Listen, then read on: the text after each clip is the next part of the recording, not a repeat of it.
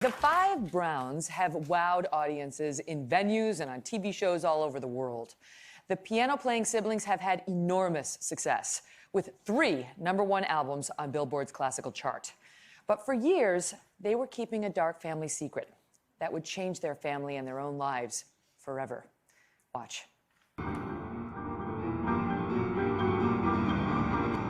Siblings Desirae, Deondra, Gregory, Melody, and Ryan were raised in a Mormon household. As budding musical prodigies, their childhoods revolved around rehearsal schedules, beginning at a very young age. We started realizing early on that there just wasn't enough time for us to play and to enjoy life and be kids, and so ultimately we ended up being homeschooled, and it allowed us to be able to practice, 5 hours a day or whatever that it took. That hard work paid off, and all 5 of them made it into the elite Juilliard School.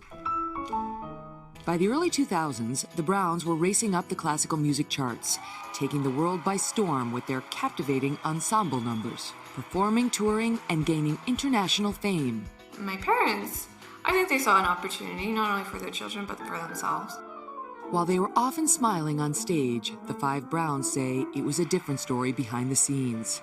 In the fall of 2007, Desirae and Deondra discovered they shared a dark secret that would shatter their world. We realized that we had both been sexually abused by my father and had never told a soul about it. And we suspected that if the 2 of us had been abused, that our younger sister Melody had also, and we were correct when we approached her the next day. The sisters say they suffered years of sexual abuse at the hands of their own father and manager, Keith Brown. There were thousands of instances of abuse. But the siblings did not immediately go to authorities.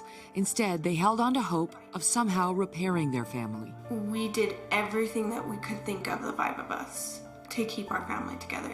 And I thought maybe if he could, own what he did and, be, really, really sorry about it, that somehow that would make things a little bit better. It wasn't until a few years later, when the Five Browns realized their father was now managing other teenage girls, that they went to police. It just clarified, I think, for all of us, that this man cares for nobody but himself. It's hard to accept the fact that you can't change the past. But being the older sister, it's so hard not to think, maybe I could have done something. Now the siblings are telling their full story in a new documentary called The Five Browns, Digging Through the Darkness. Please help me welcome 3 of them, Desirae, Deondra, and Gregory Brown. Thank you all so much for being here. So let's just start, before we get to the darkness, let's just start with your childhood, because the documentary does a good job of laying out the sacrifice you made. Up at what time in the morning, and just walk us through a schedule on how you got so great at the piano. When we were younger children, we were getting up really early, 4:35 in the morning, practicing before school, going to a regular public school, and then coming home and practicing. But as we got older into our teenage years, we started doing homeschooling, so there was a lot of practice, many hours a day, and that's kind of how we ended up going to music school. All 5 of you got into Juilliard, the only family for whom that's ever happened, right? And then you realize, okay, this actually could become a family business. Your dad realizes this actually could become a lucrative family business, and huge international success and fame follows. By the way, I was just curious when I watched the documentary, is there one of you that is the standout? We know this is the best piano player, or no? Is it pretty even? I think it's pretty even. We all got essentially the exact same training with all the same teachers. And we have, after our concerts, different audience members coming up and telling us, Desirae was my favorite, or Ryan was my favorite. It changes all the time. Okay. It's great because they put the 5 pianos all together and they play. It's almost remind me almost of the way, you see how puppies are all over each other? That's how your pianos were. Your pianos are just snuggled all together, and then they're these beautiful siblings making beautiful music together. And there was a not so beautiful secret that was happening. Can we talk about the trip to Japan, which is where the 2 of you are the 2 older sisters, and Melody is the youngest. She's not here. You finally have this conversation. You grew up sleeping in the same room. And what happened in Japan? Well, Japan was a period where there was just a lot of internal struggles going on with our father managing us and the scheduling and us feeling like we didn't really have a voice or a say in our careers and who we were.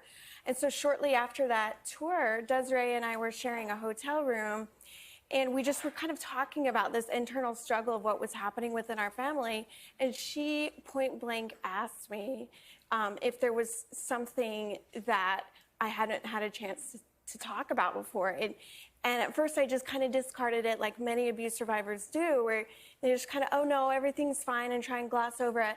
But to her credit, she kept asking. She asked several times until I finally was brave enough to say the words, I'm a sexual abuse survivor at the hands of our father. And that was one of the hardest things to say. But now I look at it and I'm proud to say that I've lived through difficult things and I'm still here. We're still performing. Absolutely right.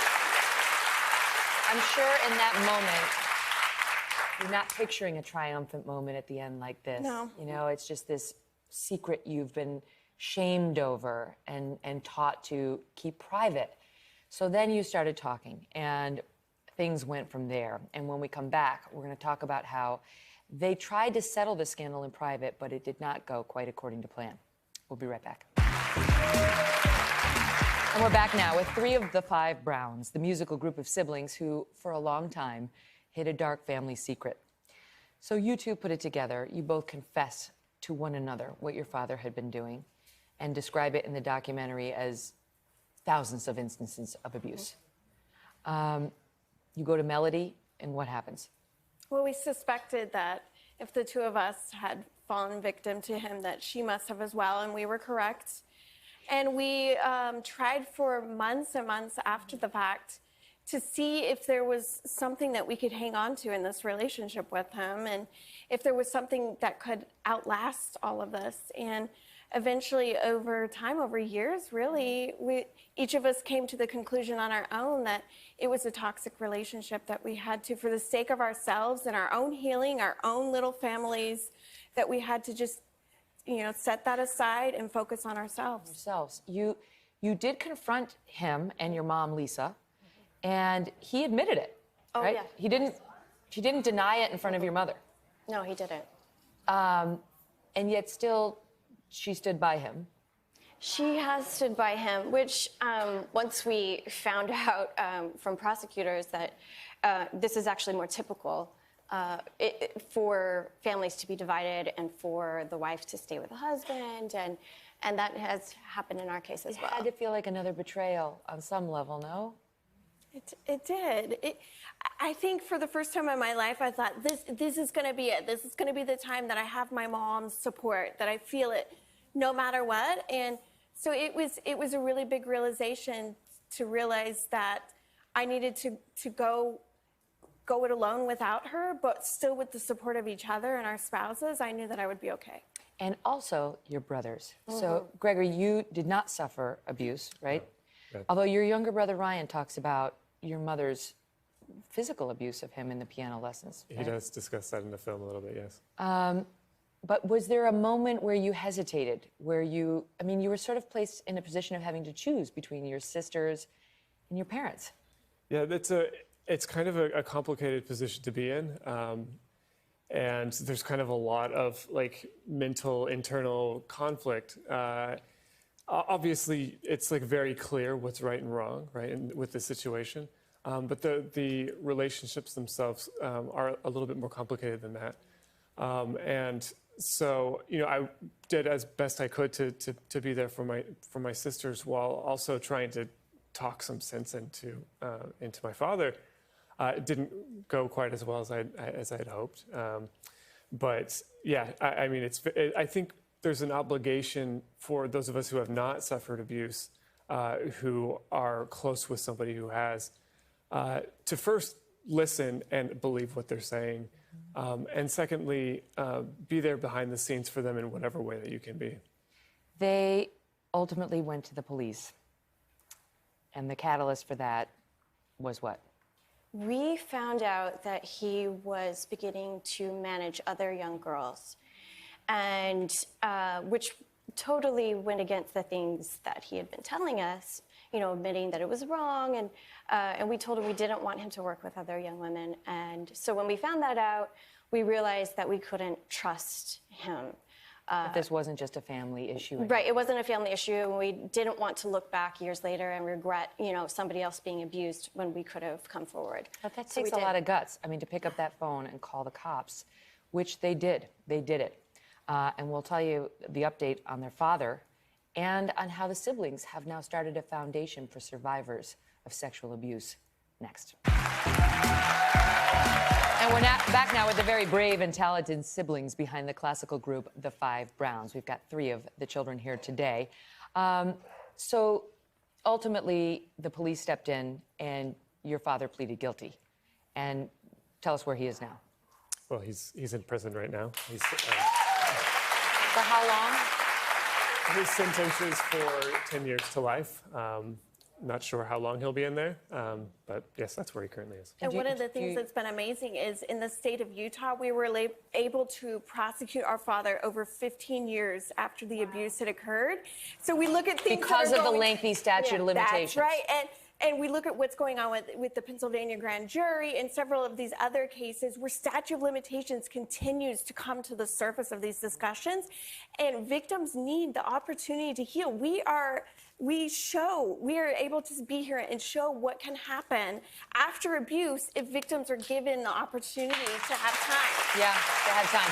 Because the statute of limitations is much shorter in many states. Oh, yeah. And just tell us about your foundation now, because now you're on a mission. Right. It's the Foundation for Survivors of Abuse, and we have partnered with Kristen Gillibrand on a federal bill that would eliminate the statute of limitations for all states, because right now it varies by state. In New York, where I live, it's only until age 23, which is ridiculous. It should be when most victims don't come forward until their 30s, 40s, 50s.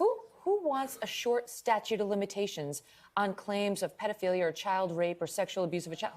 Who is against a long statute of limitations for that? The argument is always like, burden of proof. Like, how can we prove that these cases happened decades ago? But as victims, we say, give us the opportunity to name our abuser, to be heard. Let the court decide. Don't bar us from even having the opportunity to move forward with a case. Can we just say that the scars of abuse are many? You all are survivors, but can you just tell us, Desirae, about your eye? Because it's just stunning what happened to you. Well, in 2007, 8, 9, when all this was coming forward in our family, I got an eye disease that is brought on by stress, which is what they told me, and I lost the vision in my left eye. Just think about that. I mean, some of the scars of abuse you can see, and some you cannot.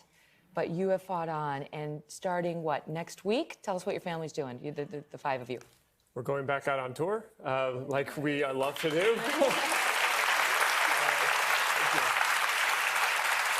awesome.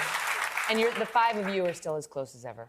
We are. We love being together and playing the music that we love and touring the world. And now to be able to have this documentary about our lives, and it's in the festival screening stage, so we get to watch it be premiered at different places around the world. And it's amazing to think that people are watching our lives, and the support that we've felt has been amazing. Rooting so much for all of you. All the best, and thank you for telling your story. Oh, thanks. It's called The 5 Browns.